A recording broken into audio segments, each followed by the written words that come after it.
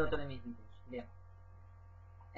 No quiero tirar en exceso del trabajo de Antonio Piñero, pero, en fin, pues no sé si estoy ya colgando demasiado de él. Pero bueno, voy a colgar una cosa más, además porque es muy interesante. O al menos a mí me ha parecido muy interesante. ¿Por qué Jesús fue ¿Por qué fue Jesús arrestado solo? Una pregunta mal formulada. Créanme, esto interesa bastante a la gente. Este es Antonio Piñero. Miren qué imagen. Miren qué guapo. Sí, señor. 40 años encima tiene de estudiar esto, ¿eh? Es decir, no es ningún novato, ni... Esto está grabando, ¿verdad? Sí. Bien.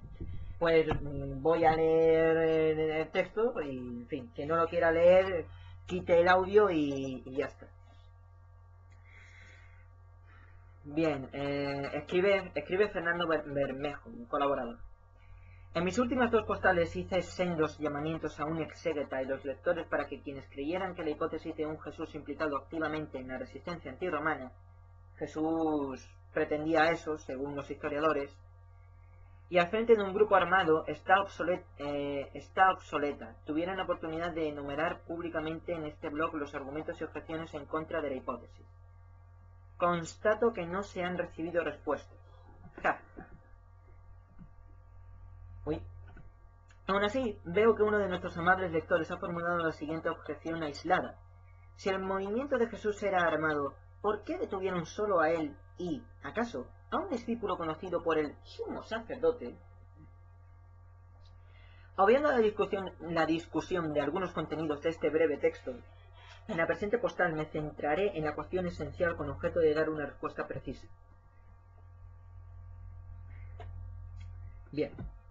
La pregunta que el lector formula, a la que podemos referirnos en su fórmula habitual, ¿por qué las autoridades detuvieron únicamente a Jesús?, ha sido formulada anteriormente muchas veces en la historia de la investigación. Es, de hecho, una pregunta típica en las respuestas a las distintas versiones de la hipótesis de Jesús como sedicioso, antirromano, en un tipo de resistencia que implicó el uso de las armas.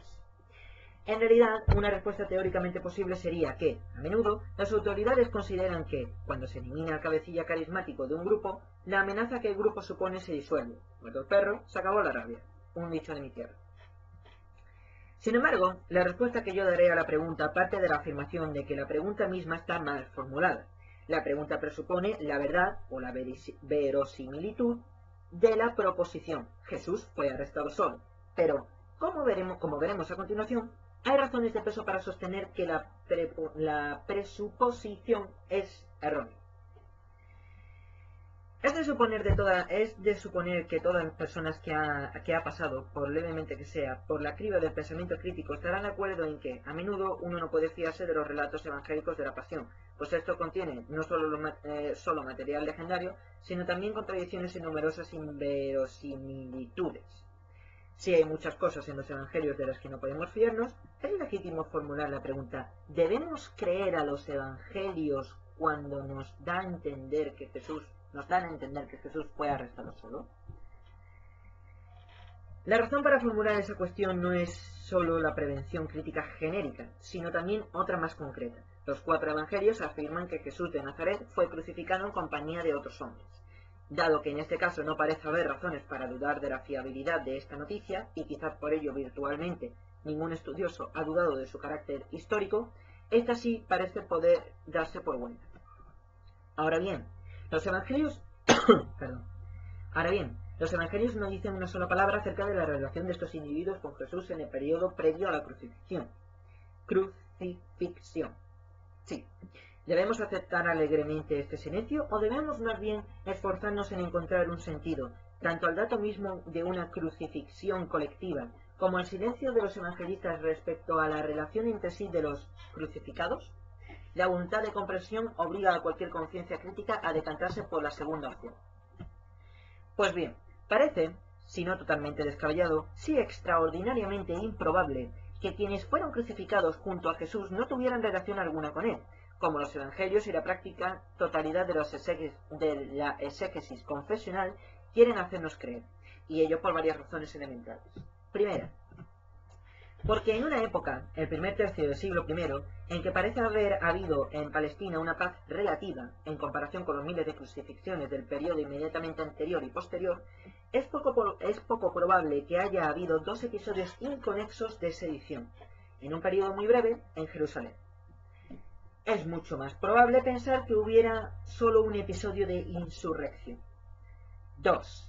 Porque los evangelios no nos habla de dos grupos crucificados de manera independiente, sino de un solo grupo crucificado junto. 3. Porque los 4 evangelistas nos dicen que Jesús fue crucificado en medio de ellos y acusado de la pretensión de ser el rey de los judíos, un cargo político que no solo no es negado por Jesús, sino que es respaldado por varios otros pasajes evangélicos. No hay razones que sepamos para dudar de esta noticia. Ahora bien, la explicación más probable de la crucifixión de Jesús en medio de sediciosos es que fue considerado, y con razón, el cabecilla de un acto de rebelión con un grupo del que formaban parte los otros dos, en calidad de subordinados. Así lo han concluido historiadores como S. Brandon, H. McCovey y otros cuya capacidad de razonamiento no se ve fatalmente alterada cuando se refieren al predicador galileo.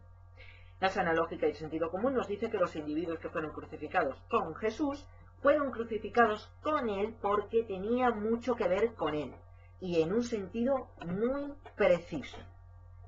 En suma, que, a pesar de la impresión que los autores de los evangelios quisieron transmitir, y que muchos estudiosos y lectores se creen, con toda probabilidad Jesús de Nazaret no fue arrestado solo, sino que fue arrestado y crucificado con algunos de sus partidarios y secuaces, y fueron crucificados con él por la misma razón que él, porque estuvieron implicados en un acto de resistencia antirromana en el que había armas de por medio, pues los tribunales romanos no solían condenar a los delincuentes comunes a la pena capital. Si no hubo más crucificados, es debido a que simplemente consiguieron huir.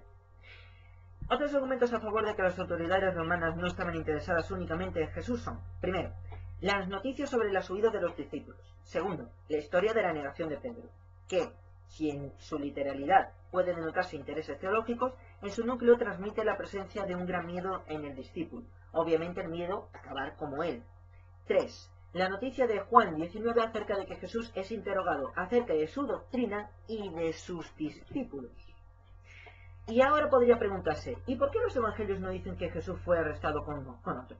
La respuesta es, por la misma razón por la que sus autores no dicen lo que realmente ocurrió en Getsemaní, un episodio que carece totalmente de sentido de la narración actual, como ponen de relieve las preguntas que se formulan, cuando se dignan a formularlas, los propios exégetas confesionales. Ah, pero un tipo al que intenta matar no reacciona a sus acompañantes, y por la misma razón por la que no aclara el alcance de otros episodios turbios. Por la sencilla razón de que no les interesaba a ellos o a sus fuentes. ¿Y por qué no les interesaban a ellos o sus fuentes? La respuesta es doble. Primero, porque el Evangelio de Marcos pauta para los restantes, es decir, que los restantes copiaron en parte de Marcos, fue escrito en un contexto temporal y sociohistórico que hacía necesario, para maximizar las posibilidades de supervivencia de su autor y sus destinatarios, cancelar cualquier relación de Jesús con Lestai, no sé muy bien qué palabra es esa, y negar su condición de resistente antirromano en el mismo momento. En el mismo momento en el que miles de judíos estaban siendo o acababan de ser crucificados en Palestina, en las vicisitudes de la primera guerra judía. Segundo, porque la crucifixión de Jesús solo en un grupo respalda, en su grupo, respalda el mito del justo entregado voluntariamente a la muerte. La impresión de que los evangelios y los exégetas confesionales hasta el siglo XXI inclusive intentan ofrecer es que Jesús fue un ser gloriosamente aislado entre la masa del pueblo judío. Esa idea religiosa, dictada por la piedad y la oración, se ve reflejada en la noción de Jesús único, justo, crucificado. De este modo se evitan preguntas incómodas y difícilmente contestables, del tipo: si la muerte de Jesús tuvo un valor sacrificial, la de los otros crucificados no lo tuvo. ¿Por qué hacer de Jesús un tipo Dios tan excepcional si tuvo exactamente la misma muerte que otros, y otros por el estilo? Dicho de otro modo, la pregunta ¿por qué Jesús fue arrestado solo? Equivale a ¿por qué pidieron los judíos? Bueno, y aquí hacen un montón de preguntas equivalentes que no voy a decir. Es decir, la pregunta resulta estar mal formulada, porque, al igual que todas estas, presuponen que es histórico algo que, con toda seguridad, o si se prefiere, con toda probabilidad histórica, no lo fue. Y esto significa, o si hace falta sacar a conclusión, que la supuesta objeción no es una objeción válida ni convincente a la hipótesis señalada. Postdata, bueno, esto es una gracia del autor.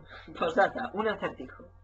¿Cuántos crucificados hacen falta para que uno se digne admitir que lo que dio lugar a una crucifixión colectiva fue algo suficientemente serio? ¿3, 4, 5, una docena, un centenar, 2000? Saludos cordiales, Fernando Bermejo. Uf, estoy un poco agotado, la verdad. Bueno, básicamente, por si alguien no se ha enterado, quiere decir lo siguiente. Los dos ladrones, esos famosos ladrones que no eran ladrones, muy probablemente, seguramente no eran ladrones, eran discípulos de Jesús y Jesús fue crucificado con ellos.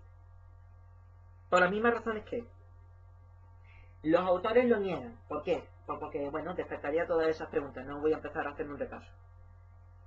Y les convenía que fuese así, les convenía que fuese con todo así. Esto es lo que quiere decir, básicamente. Gracias. Fíjense, hasta otra. Chao.